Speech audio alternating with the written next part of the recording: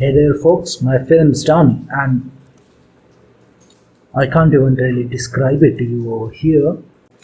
Let's just say that at the end of it you'll be saying, good day to be alive, a lot more than you do right now. And maybe we'll catch up. Until then, see you around and you know the rules. Be quick or be dead. Don't be dead. You need not die.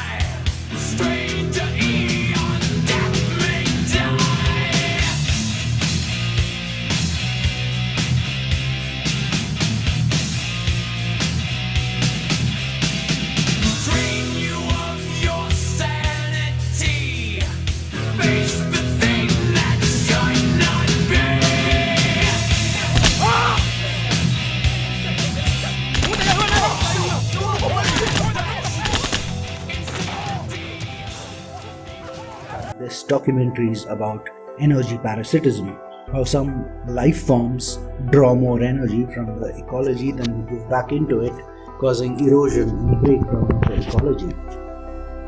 It's about how there are two types of life forms, which can be animals, humans, trees, healthy souls and marred or eroded or devolved souls, and about how the marred creatures parasite off the healthy.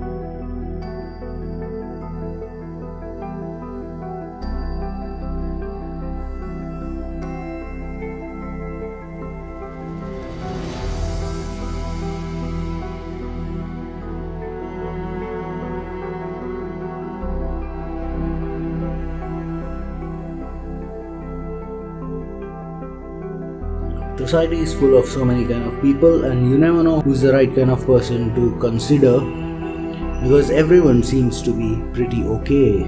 Pretension is an important thing right now. Even more than substance, you might be seeing the pretension at work.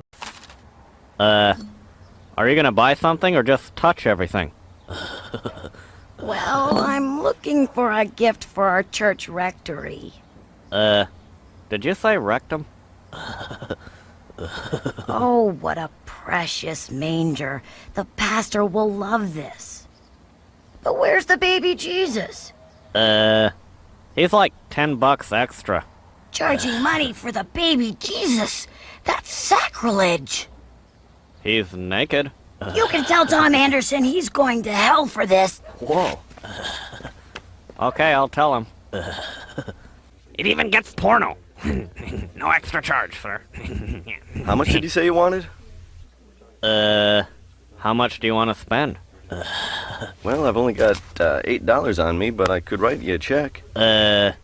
We only take cash, but, it just happens to be $8.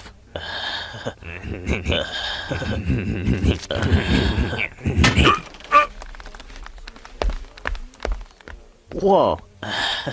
Did you see that? I took all his money. What a dumbass. Yeah. Dumbass. Excuse me, young man. What's the price on these dishes? $5.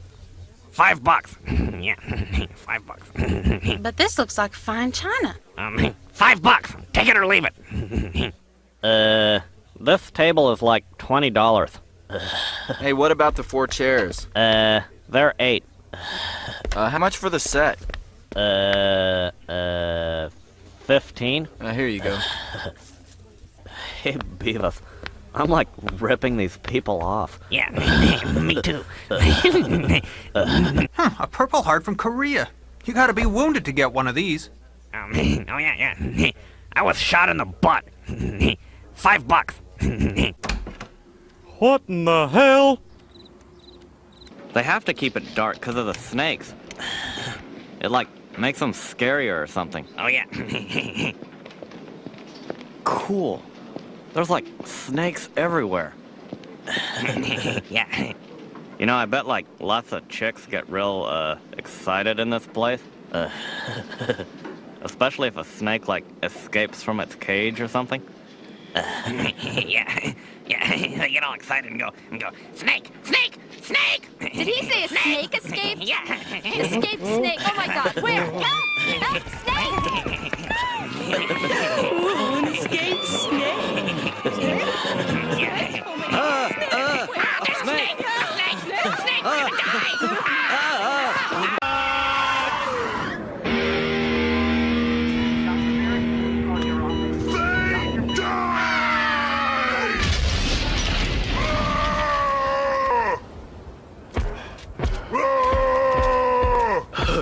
Punch it, Beavis.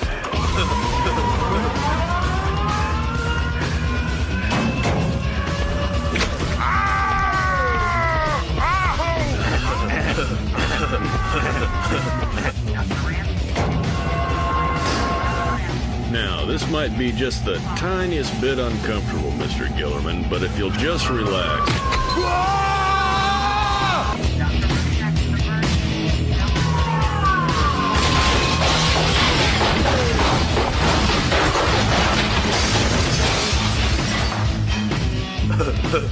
That was cool.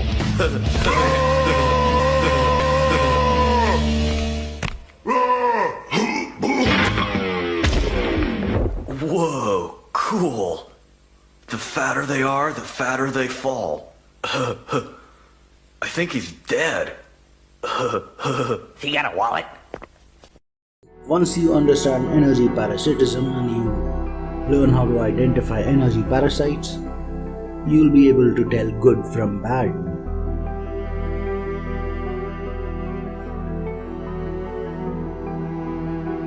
And the really intelligent people are in fact more likely to be deceived by pretensions.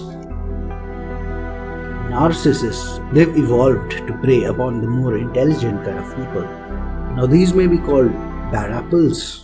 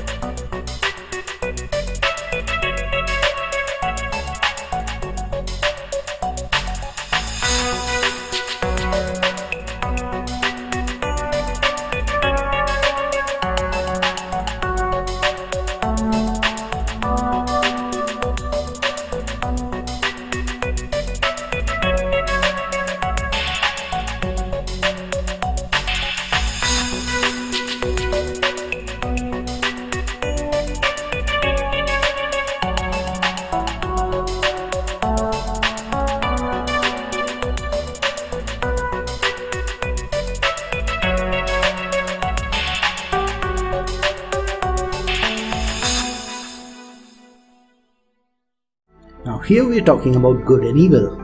And evil spreads lies and deception. They'll be deceiving everyone. People might think that they're the heroes and they're the nice guys because that's the kind of cloak that evil has to wear in order to disguise itself, while in fact they'll be pushing humans and especially girls into husbandry, treating them like cattle. They'll try to enslave humans, and well, the bad apple will pretend to be the friend of the thinker. Of course there are good apples too, but I'm talking about bad apples, and it's not just about apples. Marring can happen to all kind of life forms. In fact, it does happen opportunistically to different kind of life forms. It spreads. The disease of energy parasitism spreads into different groups. In fact, a group always indicates energy parasitism. It's not just related to apples, but apples are an illustrative example, and apples have been scapegoated. Oh well, there's both time and deep time coming from the side of the apples. That's something you should understand.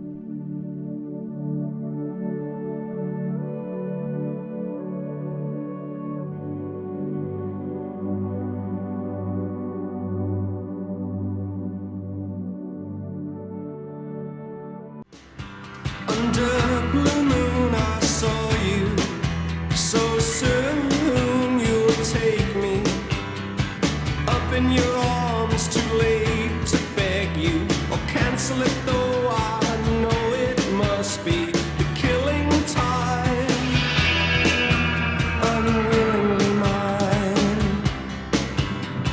Fate up against your will, through the thick and thin, he will wait until you give yourself to him.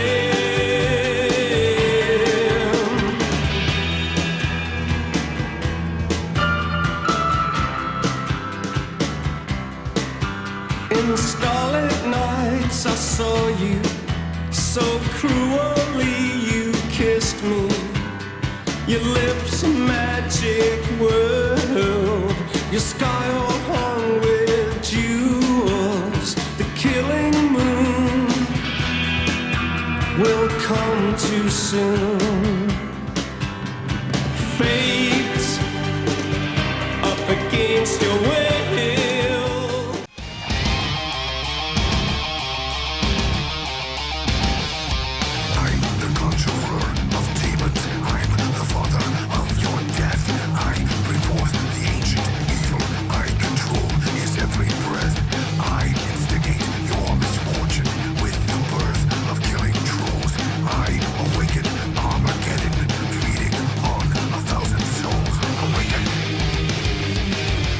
Deep time, like the Kronos who used to eat his own children, the successor of the old Kronos, Time, who also had a more logical successor, and that's Time.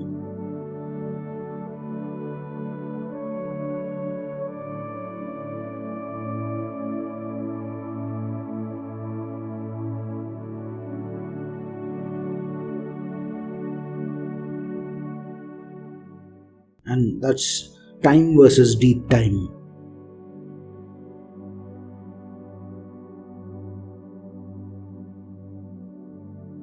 Time versus Kairos. That's the sort of battle which has sculpted the history of humankind and the galaxy. The Earth is very dense. The oceans of Earth are extremely dense.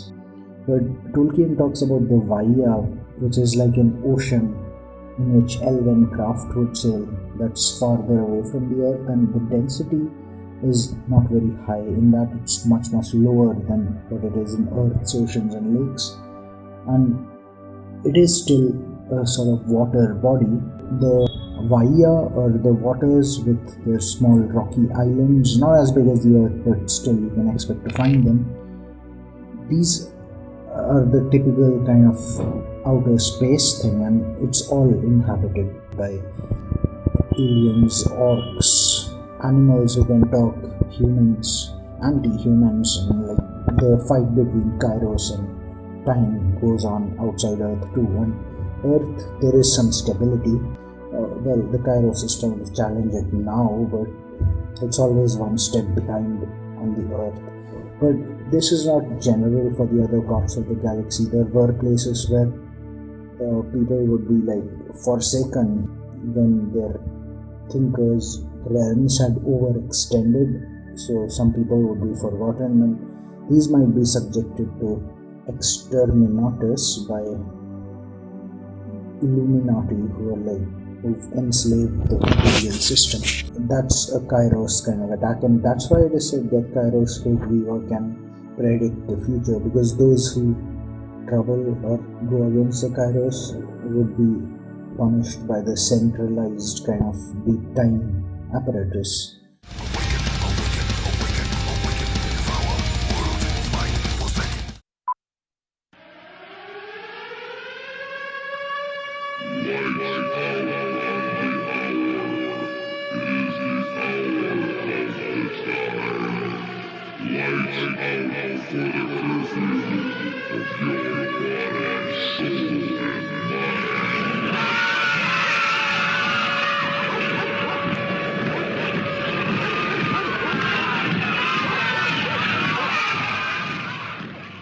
Although this is reversed on Earth, it's always time which has the final victory on Earth and on other places too.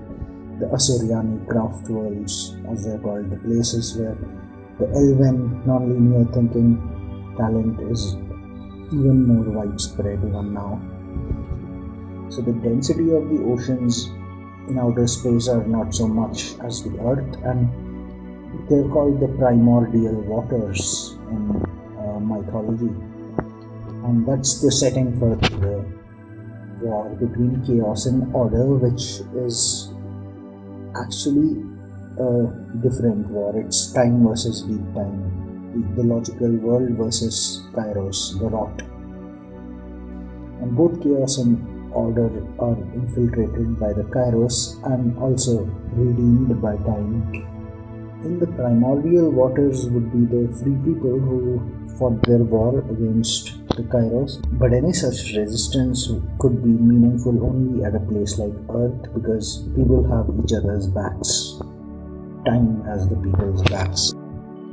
The idea of a separation or distillation of matter into oceans and atmosphere doesn't make so much sense in the primordial waters, because the matter is more uniformly distributed. So if you talk about Batgirl of the atmosphere or the mermaids of the ocean, they both have similar origins. They're both trying to escape the Kairos.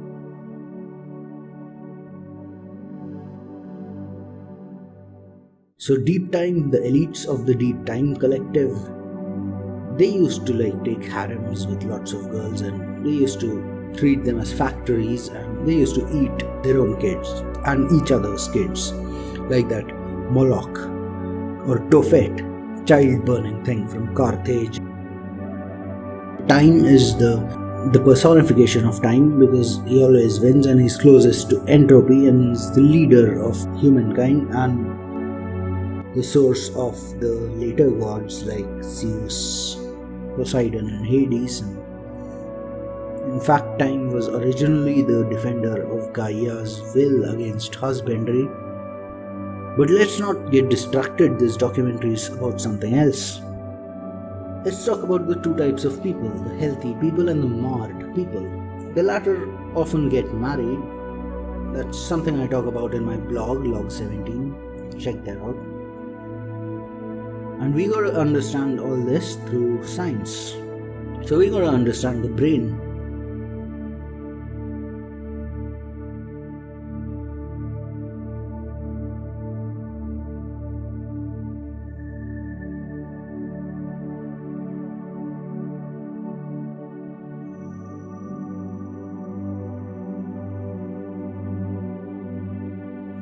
It's all about brain cells called neurons, which are mostly like cables, signal cables through which electricity passes.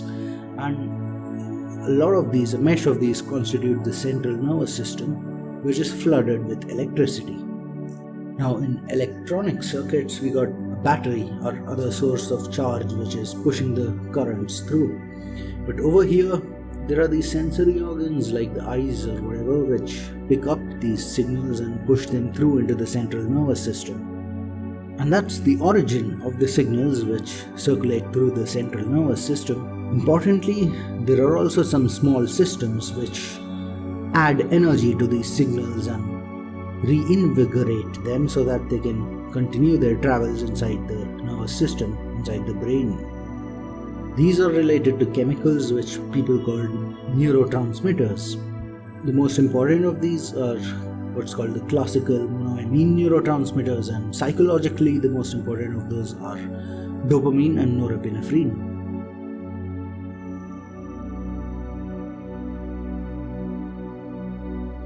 Now these are just chemicals which go around adding energy to signals. That's what's important to understand, that there are these micro stations of these dopamine or norepi which add energy to the signals which are going through the central nervous system.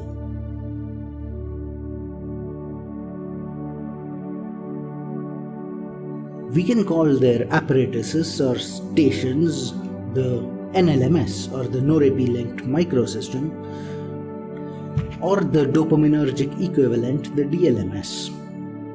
The process is slightly different, in fact very different. For example, the norepi system process seems to consume water and energy, while the dopaminergic equivalent seems to consume only energy. The most important difference is that norepi has a slightly different calculative response to the signals which are coming into the NLMS.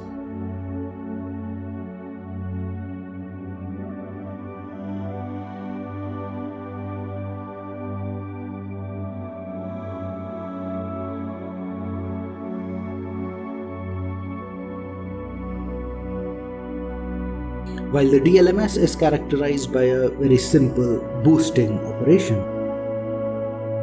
NLMS, you can see that there are 3 green boxes. Those are input areas where electricity must be there for the NLMS to add energy into these signals so that they can propagate down the nervous system.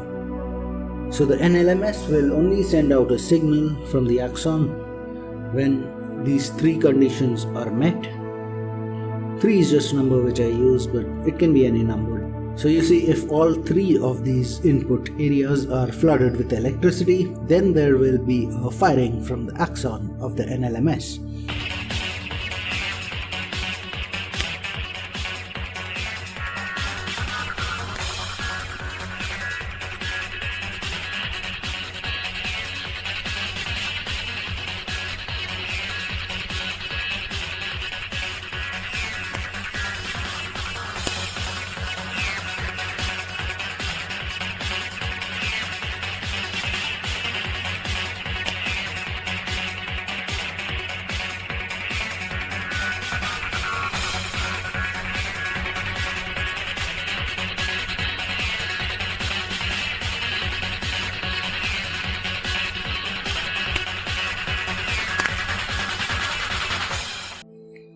Dopamine and the DLMS is simpler. The electric signal fills up into the input area of the DLMS and it's boosted. Energy is added, so it goes on downstream. Another thing that you should know is that dopamine and the DLMS is usually associated with dendrites, while norepi and the NLMS is usually associated with axons, which are the qualitative parts of the neurons.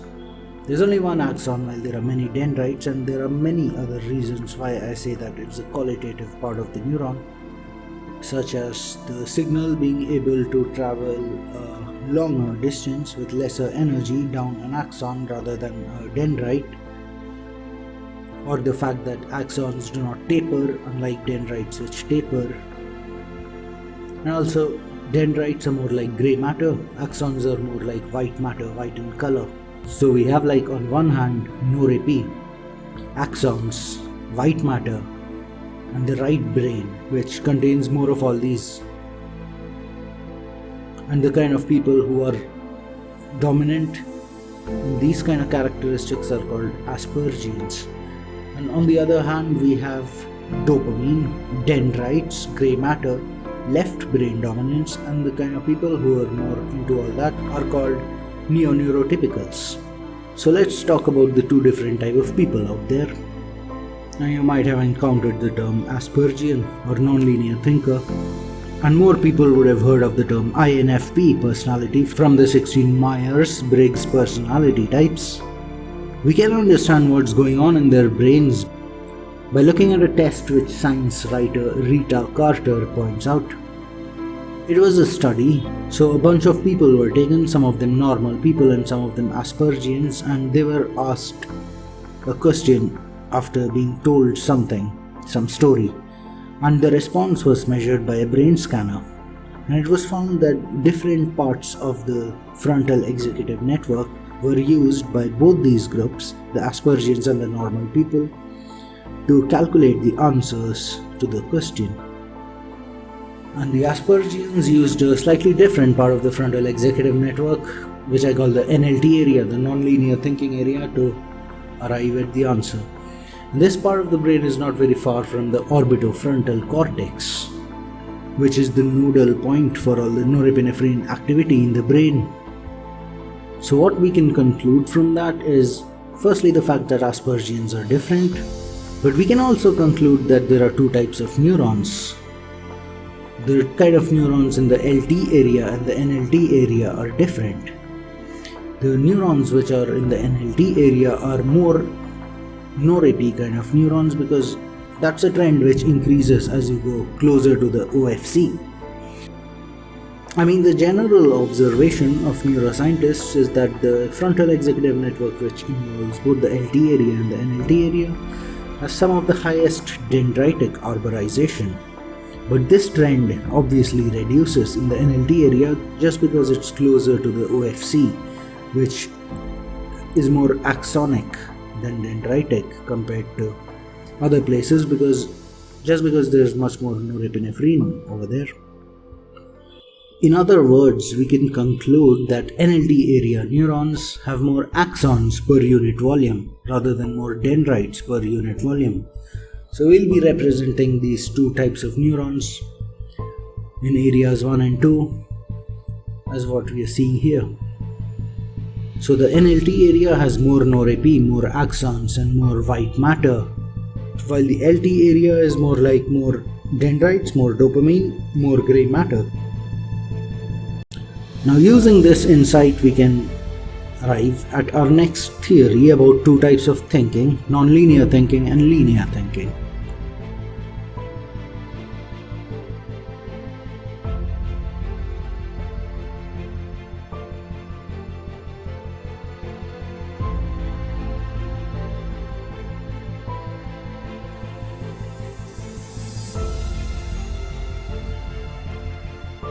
So let's say the brain tries to think about a concept which is a complex concept, a system which has 6 components. The thought process differs for the two different kind of people. That's what the experiment showed. That part of the frontal executive network used by Aspergians, the NLT area, let's see what's going on over here when they think about the answer. We can make a theory of what's going on. Now the NLT area neurons have more axons. That's what we'll use to make this theory. So what's going on is that every object or component within the system being contemplated is allocated to its own axonic, its own NLMS style calculative area. There are more neurons, even if each of those neurons have lesser dendrites. So there's more granularity of the information which is being processed by the NLT area. The subparts of the data are being allocated independent storage, which helps the brain understand the little details. All the different parts of the whole are allocated into their own neurons or sets of neurons. In a simplified way, we can assume that each of the objects within the system being contemplated are allocated into its own neuronal storage, So all this data is being served by its own dedicated axonal calculative capacity. So we got 6 objects, 6 neurons are shown. You see, there's not a surplus of dendrites which assists in shifting data around and juxtaposing data and making it internally logical.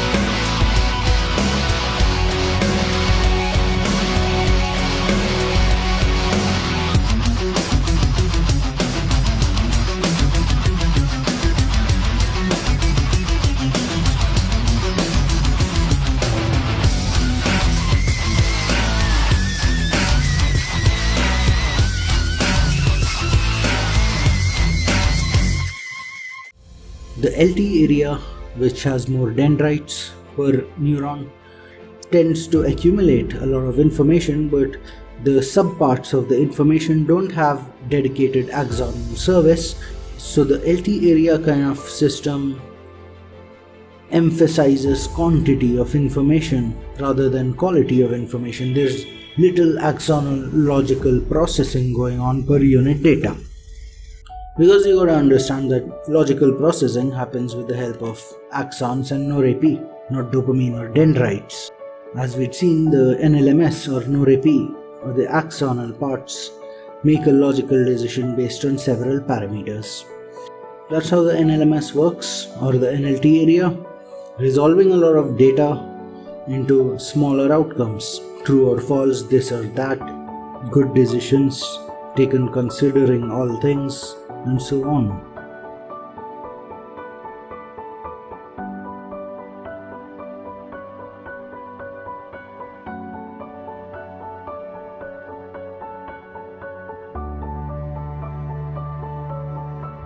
So you got more neurons storing relatively less amount of information, and each of these neurons contains a theory of the object.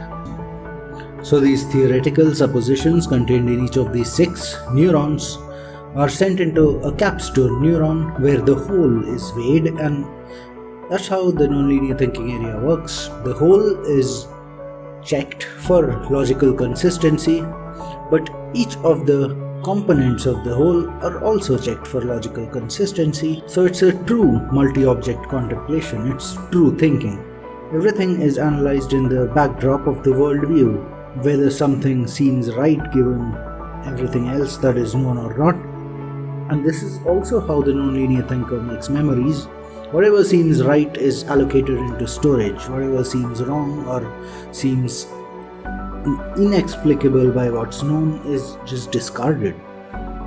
The theories of each of the 6 objects are modified if even one of them does not fit into the overview of the system or the general worldview in the brain.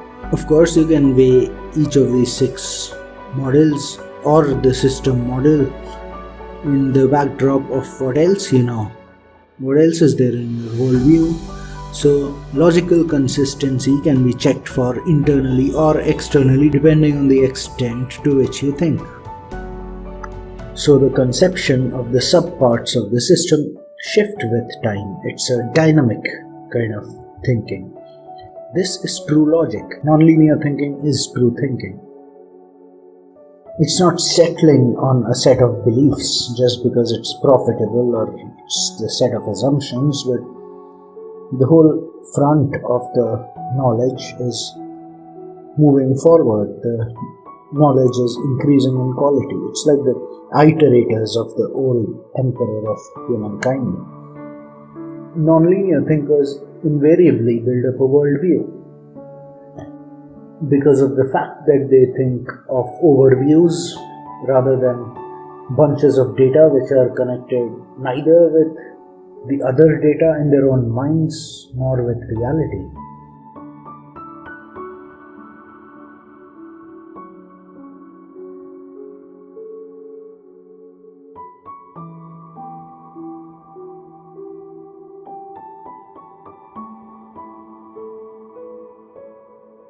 Linear thinking is more about putting together a bunch of data which appeals to your enteric mind's logic and claiming that it's true because you want more power, you want more resources, you're greedy, so you're claiming stuff is true.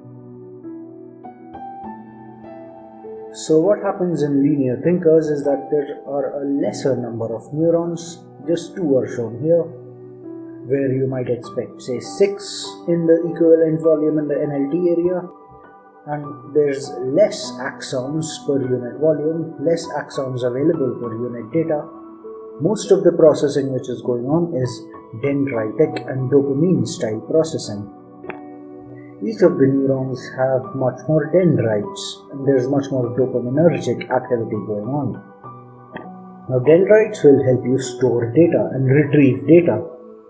And it turns out that the guidance behind all the data being shifted by the linear thinking area is being provided by the enteric brain, which is dominated with the lower biorobotic processes such as the needs for reproduction and consumption.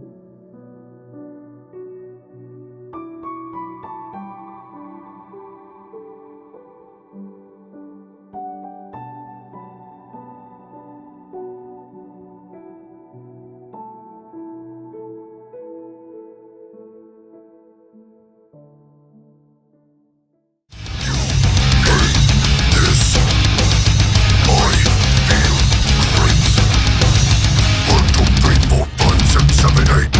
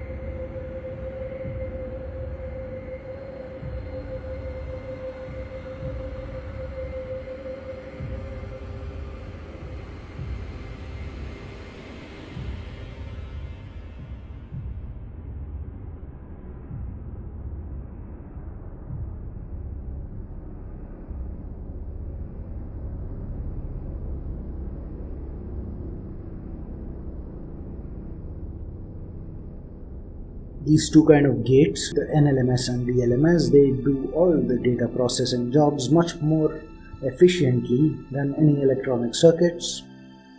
I mean the artificial neural networks and stuff.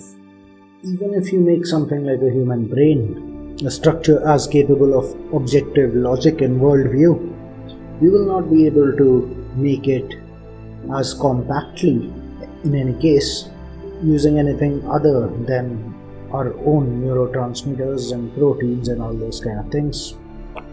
And that's why I tell all these AI nerds, just because you come to nonlinear thinking, please don't understate nonlinear thinkers. And nobody needs the AI governed world in which the AI itself is controlled by hackers and all kind of terrorists, and we're just the gripists, the linear biorobots. Yes, they're good at coding, and they'll code you out, which is just what linear biorobots do.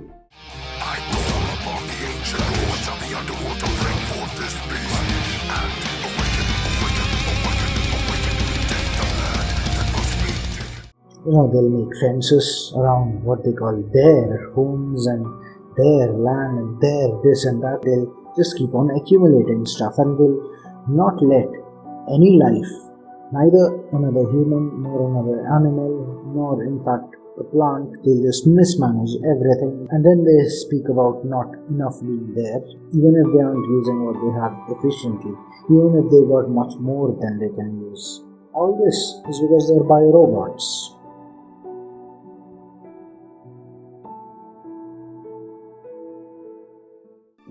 So all this data in their minds is put out by linear thinkers, data processors, in a pretty high quantity and in a manner that hooks you, that appeals to your own enteric expectations.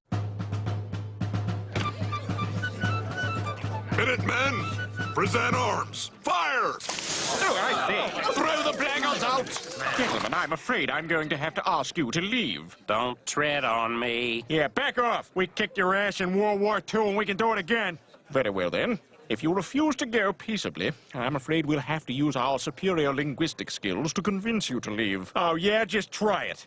Bye now. Thanks. Sorry to bother you. Gosh, I never saw it that way before. In fact, how to hook you onto what's being said. That's one of the things which the whole linear thinking, the LT area, is thinking about. They're not just deluded, but they're very capable of getting you deluded too. So they also numb other people, make them stop thinking and asking questions. It's a classic example of the many dopamine-fueled processes which linear thinkers undertake, such as talking down to someone they want to be kept repressed, naturally comes to them, pretending about what they are not, in order to make a larger than life image, taking credit for what they've not done, making themselves appear better than they are, all these kind of things to hype up the appearance rather than the substance. All that's unfortunately more natural to the linear biorobotic kind of person than as proper. The LT area is not even really thinking, it's just pushing data around. It has nothing to do with the quality of data, epistemology. It has everything to do with a high quantity of data and making it look better than it actually is, making it sound better than it actually is.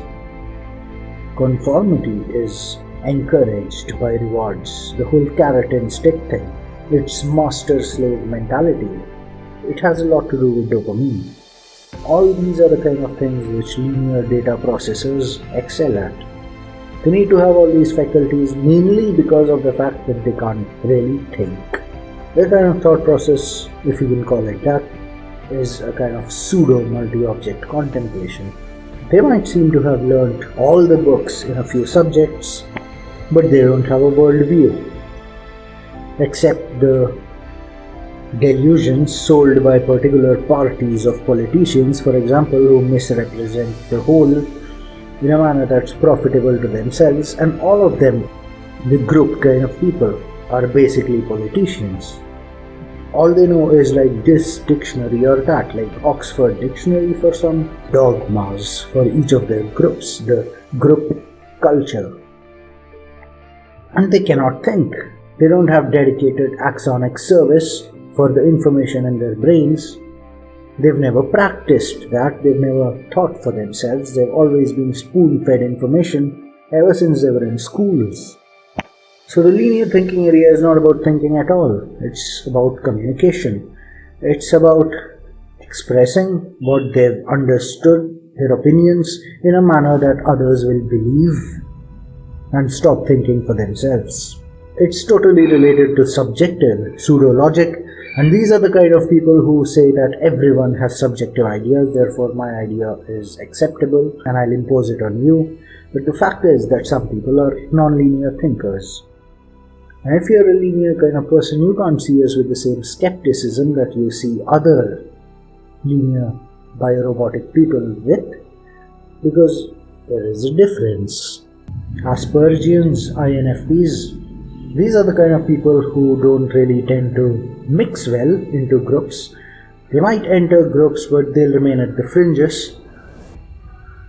They are not interested in the profit that accrues by going towards the center of the group and becoming like a power monger, which is the typical lifestyle or existence style for the biorobotic kind of person. So he can be a racist, he can be a religious elite, he can be a corporate top executive. All these are kind of groupists, and that's pretty typical.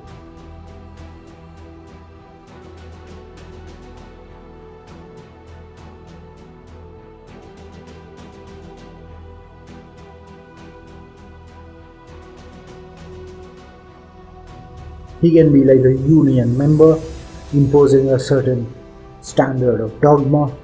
He can be a member of a panel which is imposing some other dogma on as many people as possible.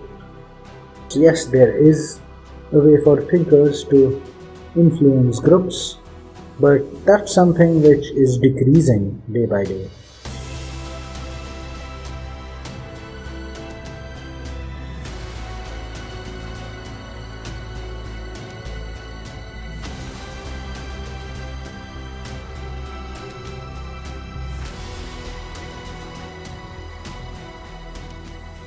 Aspergians like friends, especially of their own type, but some people are really hard to befriend, and those are the energy parasites, the energy sinks. You'll just be giving and giving to them, you won't get anything back. Aspergians try to be friends with everyone instead of being in a particular group of which they'll get bored very quickly, because groups are not fun for people who have a more viral mode of socializing. Even normal people are of two types. There are neurotypicals and there are neo-neurotypicals. At least 3 psychological types of creatures, including humans. Neurotypicals are much more like Aspergians than they are like neo-neurotypicals. They're somewhere in the middle. They have a balance of non-linear and linear thinking. Everyone is unique, of course, on various points of the spectrum.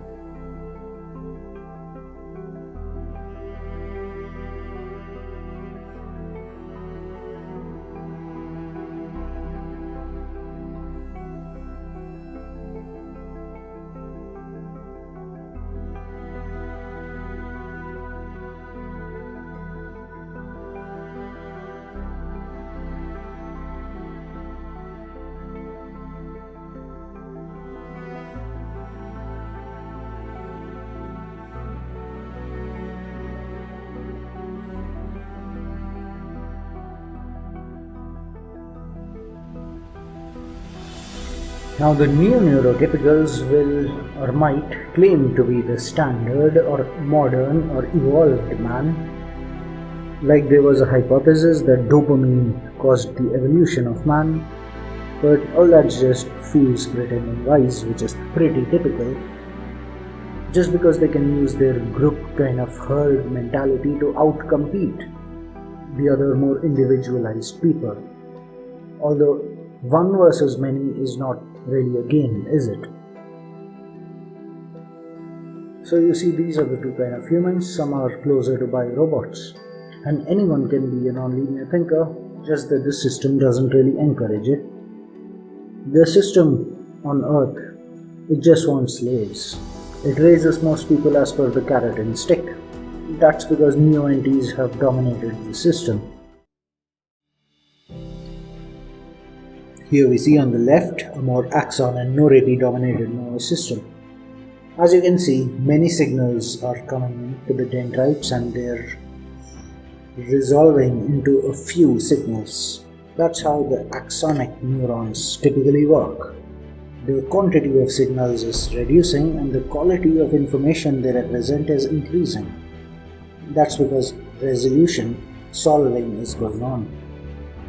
In the dopamine-dominated nervous system, on the other hand, the amount of signaling is increasing. The number of signals are increasing in quantity and reducing in quality.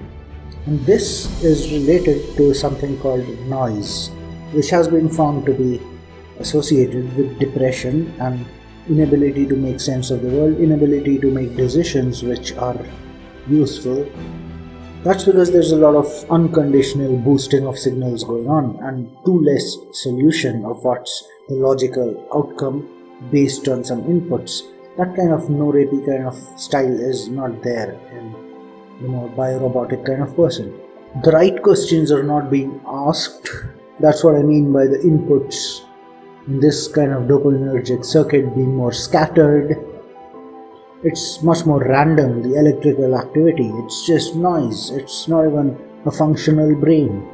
And of course, lacking the right questions, there are no right answers either. There are no answers.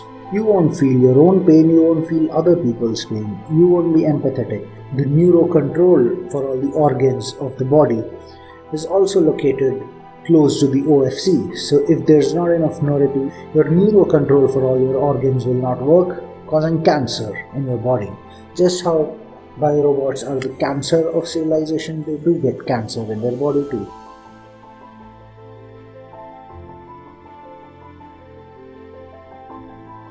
Neurocontrol won't work for either the organs or the immunity, so their immunity will not work.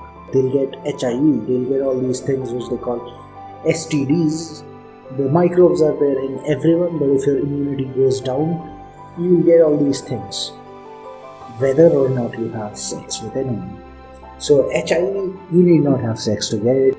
It's mostly the deficiency in immunity, which is indicated by how other diseases also come to the HIV patient, and the virus, which HIV is named after, is just one of the microbes which thrives in that volume in which the husk of a man is existing.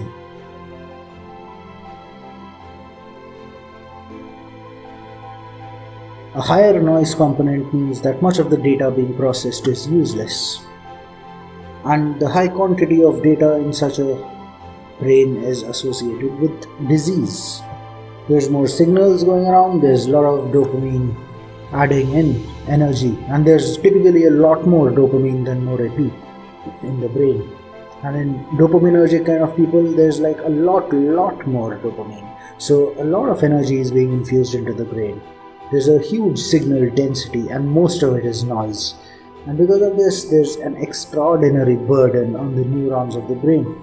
They overheat, and that's what I call neuropyrosis 7 years back. There's oxidative damage, there's free radicals being produced.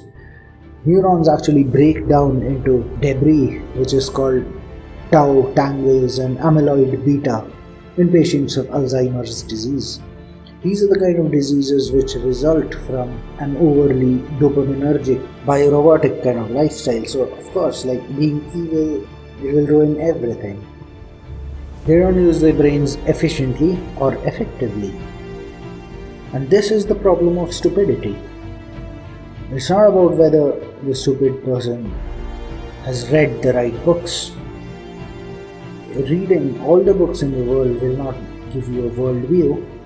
You cannot just download a worldview into your brain by reading the right books, because you're assuming that others know, and that's hardly a safe assumption. in idiocracy.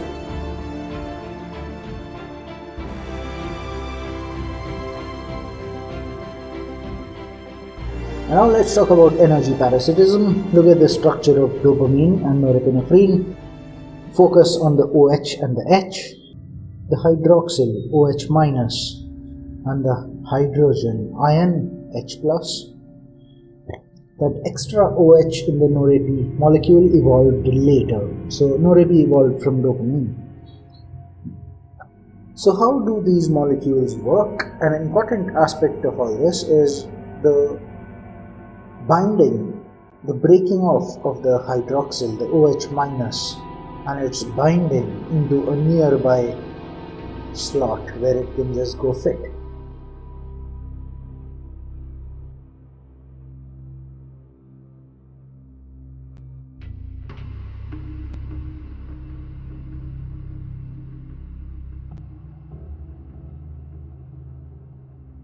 That's how both dopamine and norepi works, but in norepi there's one more hydroxyl where there's an H plus in dopamine. The OH minus bond breaking causes the interaction in this kind of molecules.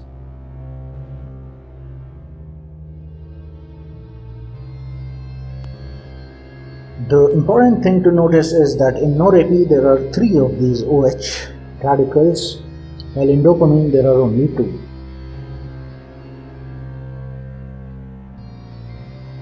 So the norepi molecule, when it undertakes its binding or interaction within the NLMS, it gives out 3 OH minus radicals, and each of them have an available electron. OH minus is a base, which is the opposite of an acid, which is something which has more to do with an H plus. So the norepi molecule donates 3 OH minus, while the dopamine molecule donates only 2 OH minus and 1 H plus. So what's happening here is that the dopamine molecule is taking up the charge, while the norepi molecule is donating the charge. And this donation of charge seems to happen to the atmosphere. The taking up of charge in dopamine's case happens from the atmosphere. Negative charge ions are not just there in the ionosphere, they're also there near the ground level in the atmosphere.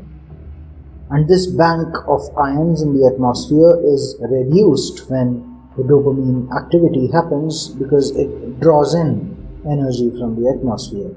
And the opposite is the case in the norepi cycle. Energy is donated into the atmosphere. And this kind of absorption of energy due to the dopaminergic process has not been documented yet, but they have documented the emission of energy from the brain. And this happens exactly at the kind of process that norepi is known for. It's just how electric eels or thunderclouds give out energy. That's just what nonlinear thinkers do. And this is the reason why I call them energy sources and why dopaminergic people are called energy sinks. Of course, the biorobot does take resources, which can be considered a form of energy theft, but that's not what I'm talking about. That's just the indirect effects. What I'm really talking about is the direct electrical interaction between the organism and the surrounding environment. So you see, this is what I mean by energy parasitism. Now, energy sinks create a deficiency of charge around themselves, and that's where lightning strikes, destroying them in the process and restoring the charge to that area. And in fact, that's why you'll see that some of the places where biorobot activity has been the most, like Catatumbo River Basin and the Congo, which has been embroiled in war since World War II, and some parts of Texas and Florida where Alzheimer's disease is the most. Everyone from Florida is stupid. Everyone from Florida is dumb. I might not be the brightest guy, but next to them my IQ's high. Texas has its own set of problems. Houston has always a problem. That's where the incidence of lightning is also the most. And in fact, trees can also be energy parasitic.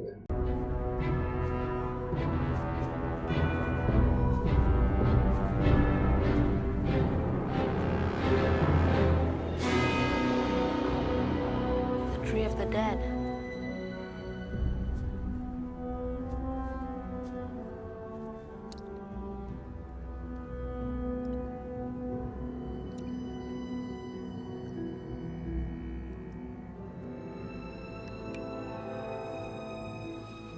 Blood.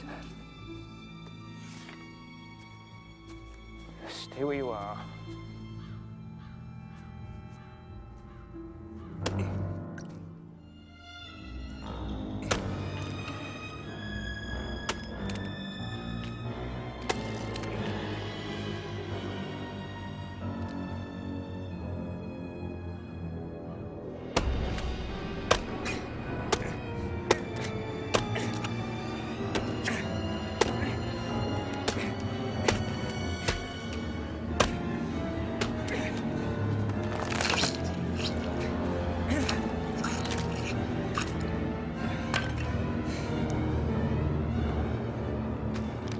What is it? Just stay where you are, don't move.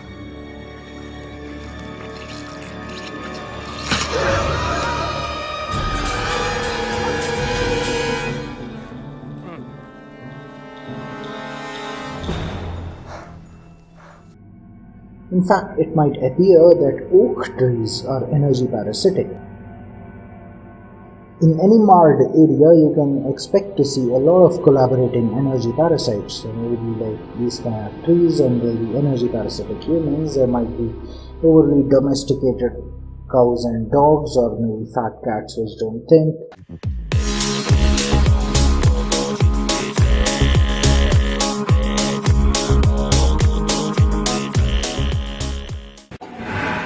I found this in the workshop right next to my stuff.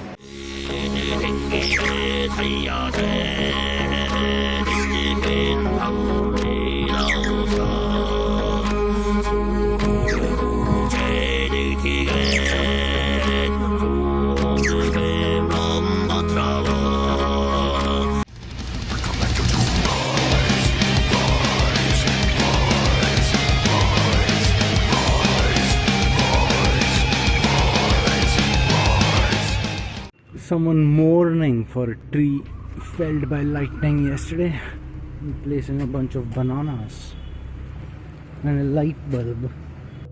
You know, like all these kind of creatures will be part of the marred kind of ecosystem. As Tolkien said about it, it's like an effect which is very visible. It's a cancer of the environment, and it leads to death of the environment, the desertification. So what we see are sandy deserts, are oceanic watery deserts, salty deserts, urban deserts without any trees. All these are kind of necrosis, deviations from what is ideal and natural and civilized. Even deserts, like you can say biological deserts, where there's only one species, so there's no diversity, there's only one race, there's like lots of inbreeding. That's also a kind of desert. And deserts are created in general by energy parasites. And more generally, this is about culture versus civilization.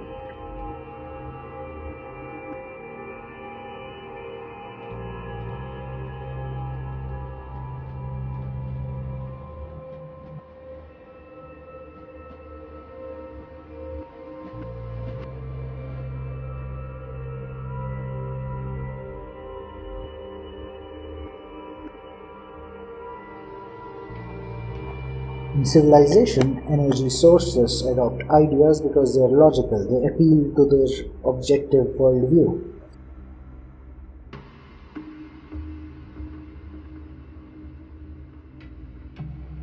While in cultures, dogmas are imposed down hierarchies because that's profitable for the culture as a whole, and especially to its center. So it's either a viral mode of data transmission or a cultural mode of data imposition, or rather dogma imposition.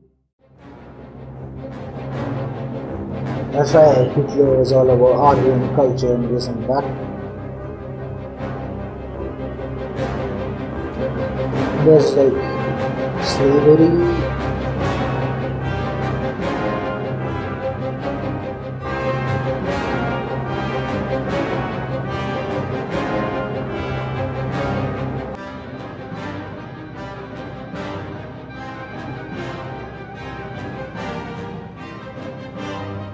There's disintegration at the borders of the culture.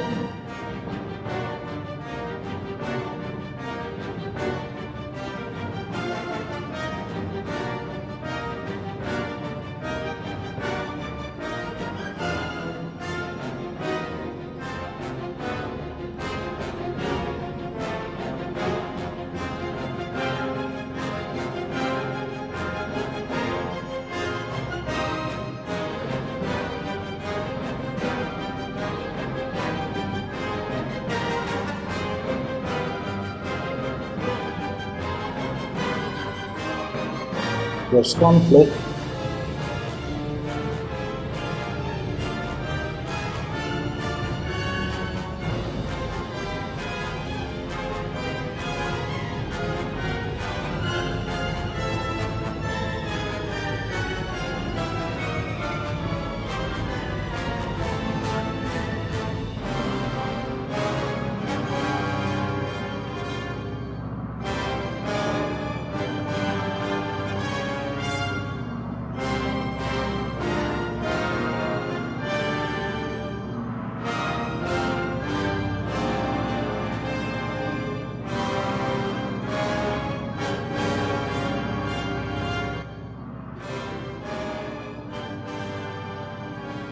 There's doom, which follows every culture closely.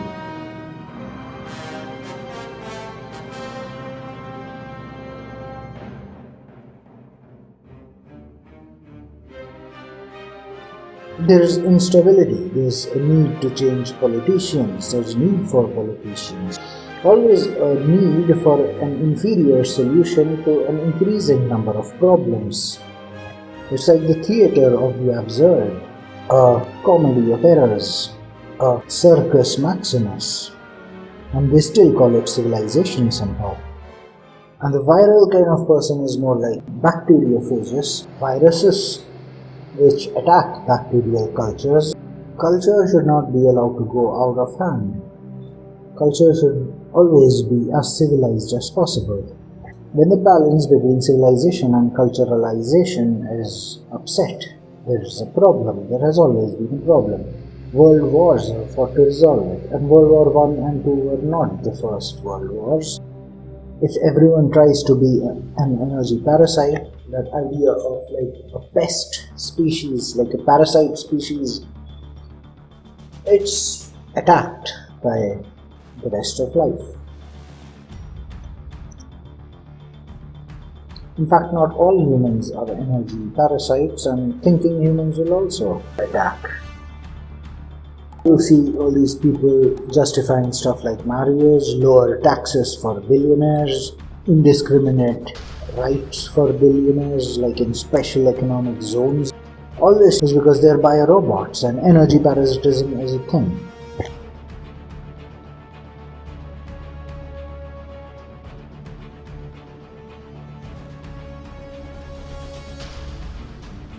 So you got your false priests, false gods, established clerks, as Balzac said. You got your marred men and women, marred animals, marred trees, suggesting that all this is part of nature. This is the false world. It's the matrix where props are installed to suggest, to help pass off lies as truth. It's that old story, all the fools don't really care for the truth. All they want to hear is a lie which will lead them straight into hell, where the one who they say amen to is waiting for them. So you see, cultures do cause profit for the culturalists, but they are not objectively logical, they are not justifiable. They infiltrate civilization and spread around, multiply the cancerous aspects within civilization, and they'll be like enclaves. They won't be interacting in a civilized manner with others within the civilization, and they'll erode and break down civilization. And it has to be checked because it can go out of hand.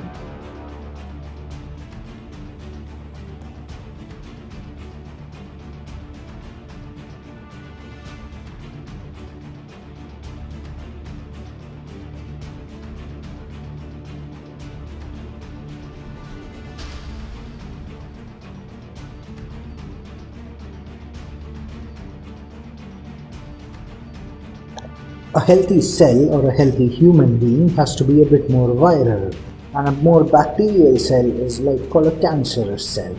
So idiocracy is promoted by the macrobacterial stockholders of all the cultures.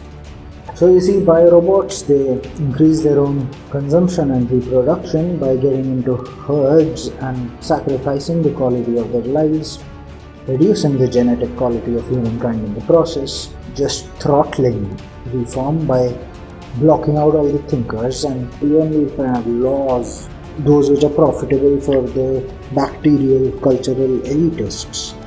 And in that situation, they will be challenged. So many of them will die to viruses because the rest of reality is catching up. It's all about entropy. Life forms are just expressions of the needs of entropy. These are laws of physics. Energy is not free and there will be a balance. The energy parasite is scientifically described as one. It's not just my whim that I hate fools that I'm doing it. All this is something which has to be checked. Not by the energy sinks who suggest the massacre of thinkers. That will just keep the process going on. That's why the COVID thing. You can't blame a thundercloud of being bad, you can't blame a predator of being bad if it just eats up something which is going around, bullying all the more intelligent of its own tribe and stopping them from evolving, keeping them stupid, converting functional nature, true civilization, into dysfunction. That's death. The dead god might say that it's good.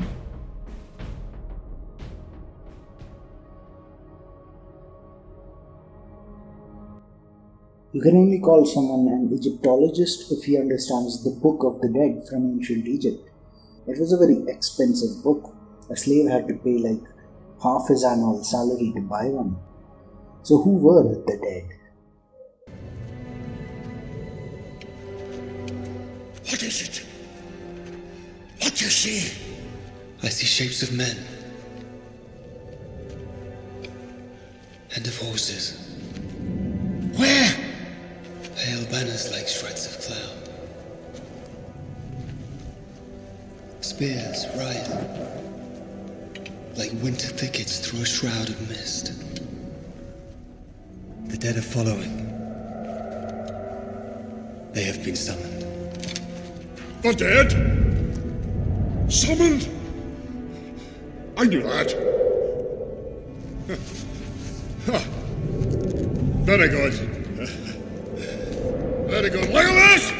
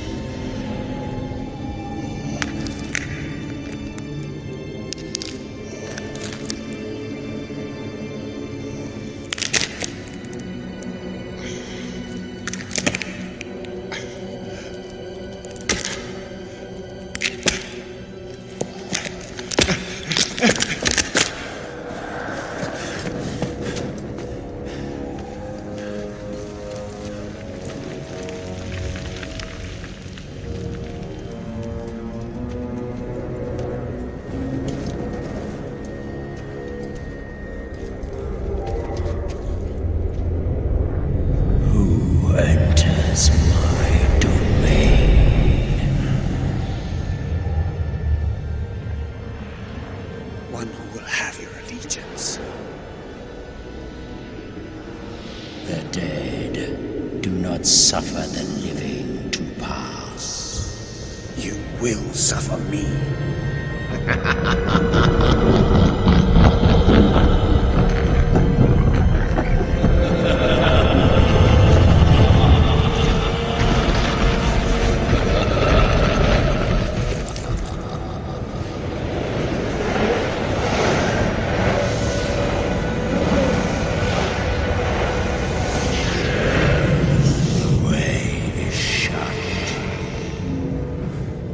It was made by those who are dead, and the dead keep it.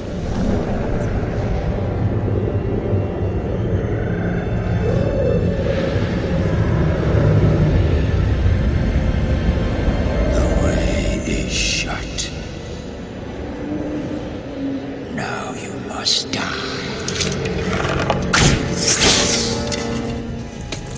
I summon you to fulfill your oath.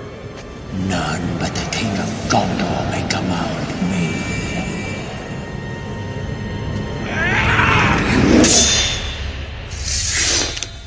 That line was broken. It has been remade.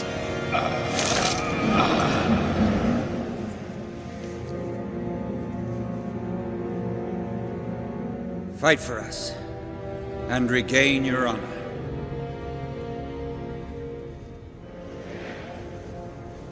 What say you?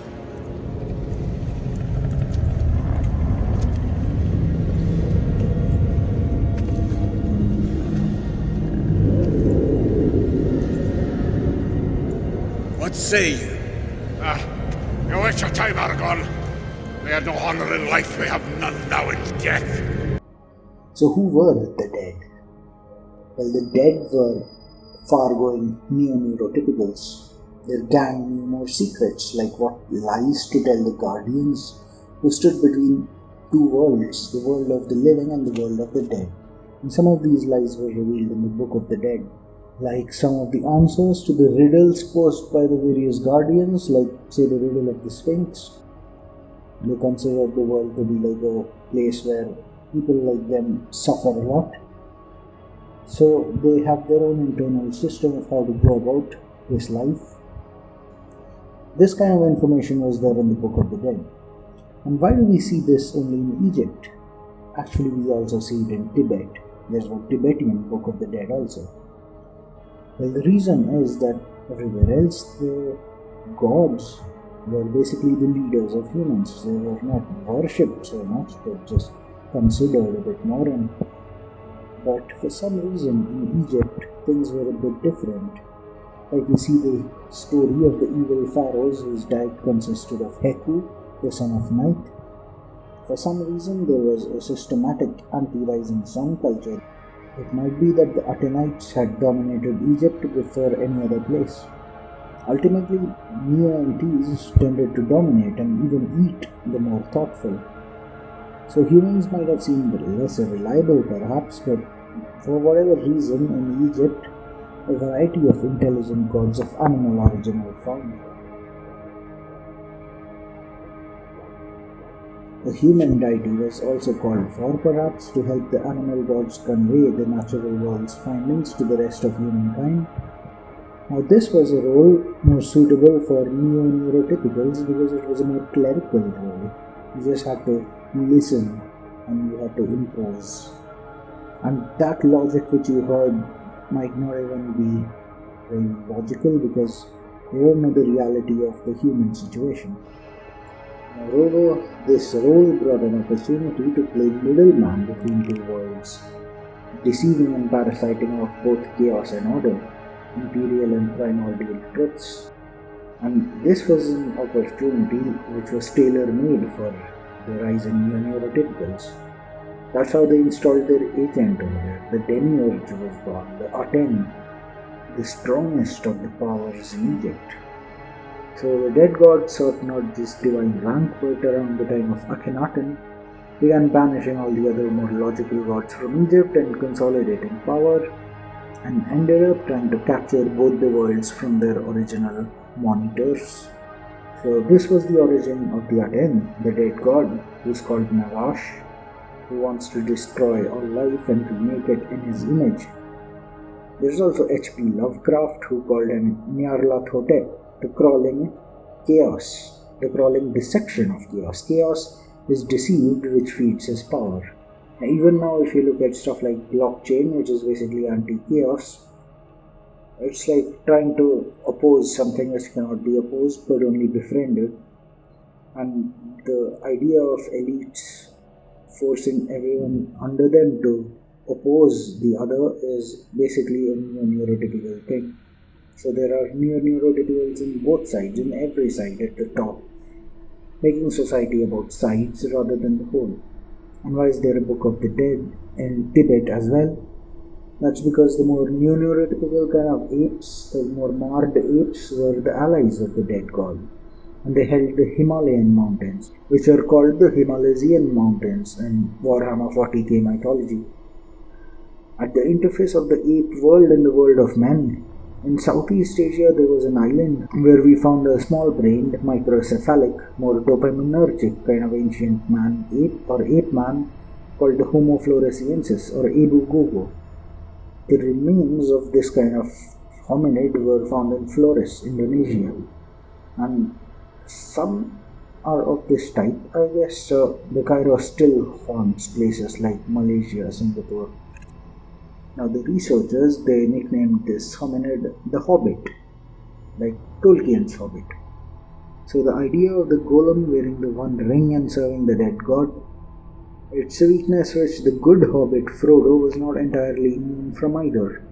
Even men and dwarves could be seduced. Even for the gods, like a fake Horus fought the true set of humankind, and a fake set fought for Aten, fought the logical people in the chaos, fought the more logical Horus, the more logical Osiris and Ra. All sorts of problems were caused by new entity stupidity. And this brought untold troubles upon humankind when the dead god told the aliens that it was not his new anti-energy parasites but the thinkers HQ'd at Earth who were the culprits. So there was always the Kairos, the more common fake echo of the rarer, true version of anything.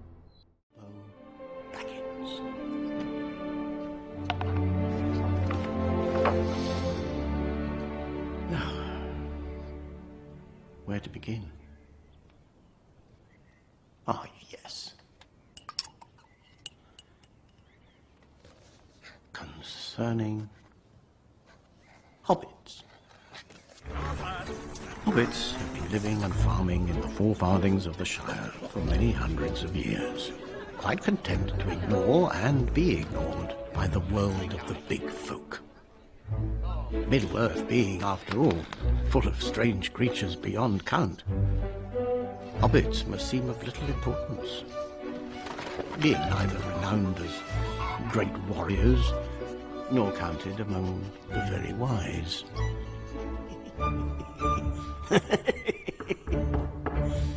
Frodo! Someone at the door! In fact, it has been remarked by some that hobbits' only real passion is for food. A rather unfair observation, as we have also developed a keen interest in the brewing of ales and the smoking of pipeweed. But where our hearts truly lie is in peace and quiet and good tilled earth, for all hobbits share a love of things that grow. And yes, no doubt to others our ways seem quaint. But today, of all days, it is brought home to me.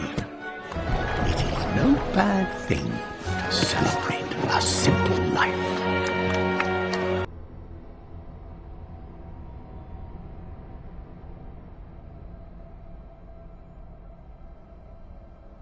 And it was indeed a precursor to the modern neo-neurotypical, on average half-dead, kind of So he could, in theory, help the living, but could as easily be a sort of golem who, for power, sold his soul to the Holy Gollems cult, who sought to control more and more of reality by keeping secrets from thinkers and dominating them through their agent, the Aten, the dead god, the midday sun as he's called.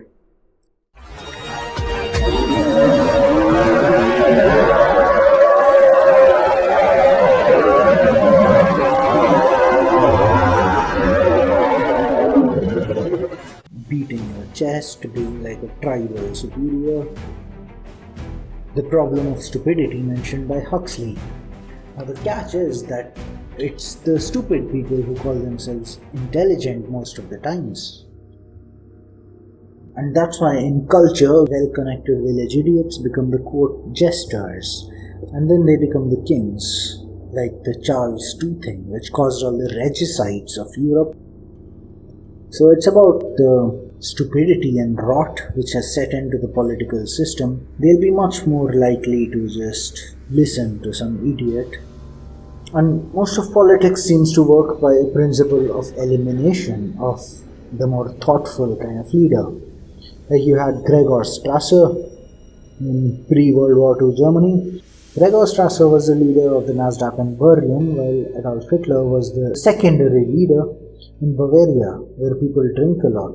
And of course, drinking is linked to a high acidity in the brain, because alcohol is a base which they use to counter the acidity, which is a result of an overly dopaminergic mindset. Remember that dopamine releases H+. It's typical for the high amount of catchy data produced by the biorobots to drown out the voice of truth and reason, and to eclipse objective logic, unless it is defended. And that's the only real purpose of a leader, to defend the truth, to defend objective logic from subjectivists who tend to gang up against it. And the leader should not do it using his own private army, but rather redirect the public, like lead the public's defense. That's the purpose of a leader. Not to lead the public. And definitely not to lead the public on behalf of the groupists. Something like that is what Hitler was doing. And that's what was so bad for Germans in World War II. So groups should not be led by the subjective. They should rather be contained by the objective. And that's the function of the diplomat mediator, the INFP kind of personality. Hitler, the drunkard, ever since his early days with the beer hall putsch, eliminated Gregor Strasser and all his other political rivals in the run-up to becoming the dictator of Germany, and plunged Germans into a war which was much harsher to them than necessary.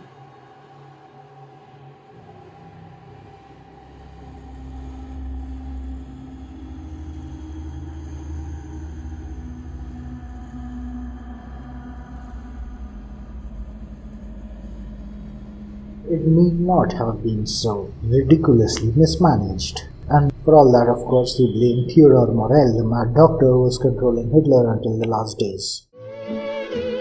Adolf Hitler loved and trusted the plump Dr. Theodor Morell. This overweight, controversial character had been at Hitler's side since 1936 and would remain there until his dying days in the bunker. Throughout the war, he injected dozens of useless and sometimes dangerous drugs into the Führer, who was becoming an increasingly frail hypochondriac. Many people in Hitler's inner circle considered Morell to be a quack, but Hitler would hear none of it. After the war, he was arrested and died in 1947, grossly overweight and in terrible physical condition. Play it, Mr. Tooth!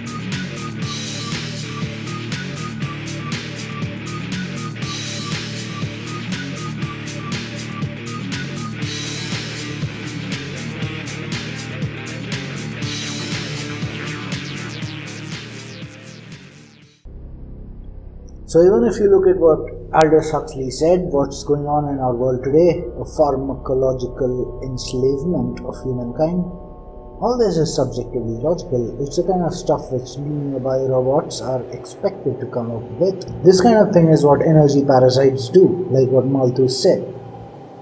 There aren't enough resources, so give all the resources to us because we are wise and we're gonna kill you. If you let them do that, they'll have all the excuses in the world to let you do that. There are too many people, there are too few resources, animals are dying, climate is changing, 1 + 1 is 2. They'll pull out all the justifications and they'll be like people dancing and nodding their heads, celebrities going around posting pictures of themselves getting vaccinated, and justifications for absurdity will always be there for people around to hear it. And the biorobots will do that. They'll increase their own resources, consumption and reproduction indiscriminately until they're checked. This gives us an objective idea about good and evil. You don't have to rely on bad apples and the one who is promoting bad apples.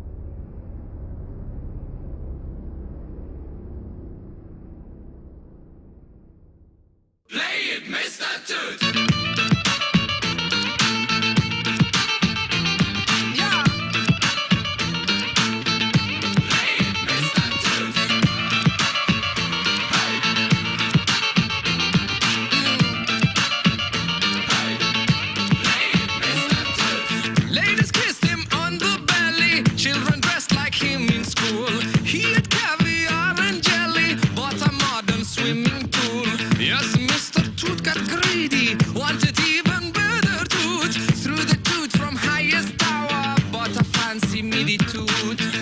Poster in the city, Mr. Ibanez tonight. Modern show with modern music, smoke machine and laser light. Play it, Mr. Toot!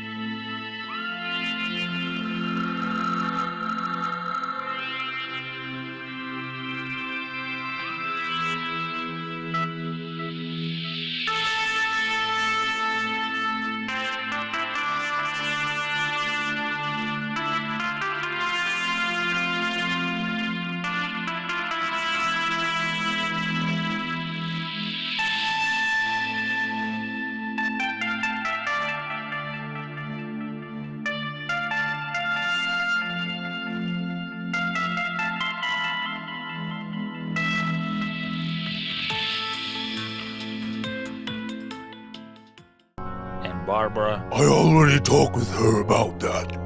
And what she said? I said that if you're really gonna bring back that green-ass clown, I will never miss this party. Oh, hi, Barbara. Good to see you, but I mean, you back. Damn it. All right, everybody get serious, huh?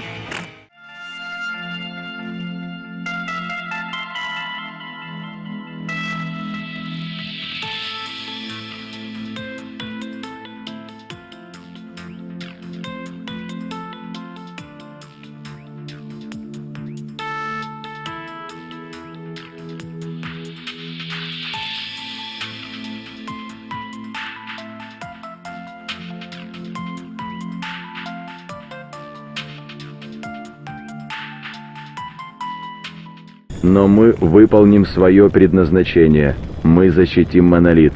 Он вернется и возрадуется. Он возрадуется. Мы возрадуемся. Монолит. Монолит.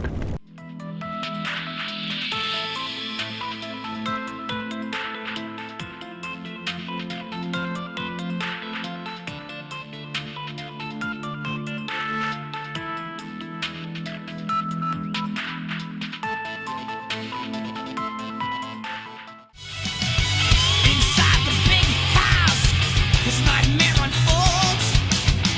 Before he got there, his man was sing a song.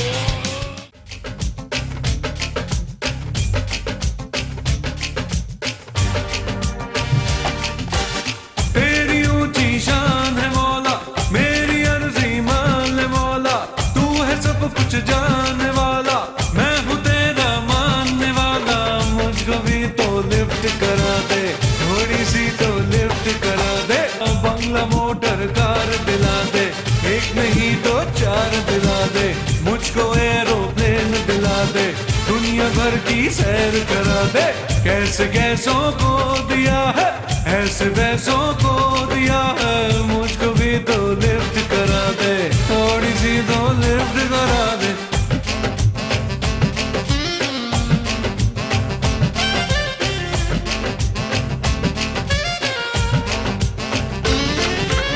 Dollar दे या pound दे दे, dollar दे या pound दे दे, cash दे दे, check बना दे, दिरहमो दिनार दे दे, dollar दे या pound दे दे, dollar दे या pound दे दे, cash दे दे, check बना दे, दिरहमो दिनार दे दे, कोई छप्पड़ फाड़ मौला, अपनी जेबें झाड़ मौला, अब तुम मुझको माल दे दे, और ना अब टाल दे दे, मुझको भी तो लिफ्ट करा दे, थोड़ी सी तो लिफ्ट करा दे।